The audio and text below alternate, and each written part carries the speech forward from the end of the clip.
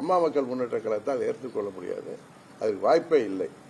அதே நேரத்தில் மற்றவர்களை அண்ணன் பன்னீர்செல்வமாக இருக்கலாம்,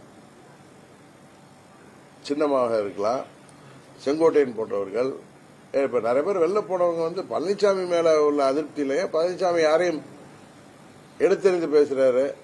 அண்ணன் பன்னீர்செல்வத்தை காலம் கடந்து விட்டதுங்கிறாரு, துரோகம் செய்தாருன்னாரு. யாரு துரோகம் செய்தாருங்கிறது உலகத்துக்கே தெரியும்.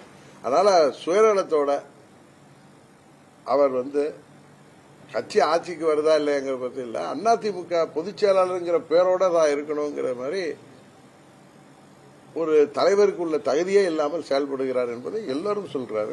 நானும் அதான் நினைக்கிறேன். அதனால பழனிசாமி தலைமையிலான கூட்டணி உறுதியாக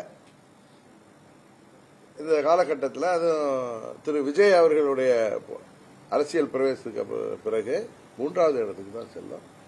இந்த போட்டி நானே சொன்னது திமுக கூட்டணிக்கும் தாவேகா கூட்டணிக்கும் தான் இருக்கும். அது புதிய கட்சி, இவர் போய் அவர் கூட போறதுக்காக நான் கூட போறேன் இல்லைங்கிறதெல்லாம் நான் முடிவு செய்யவே இல்லை.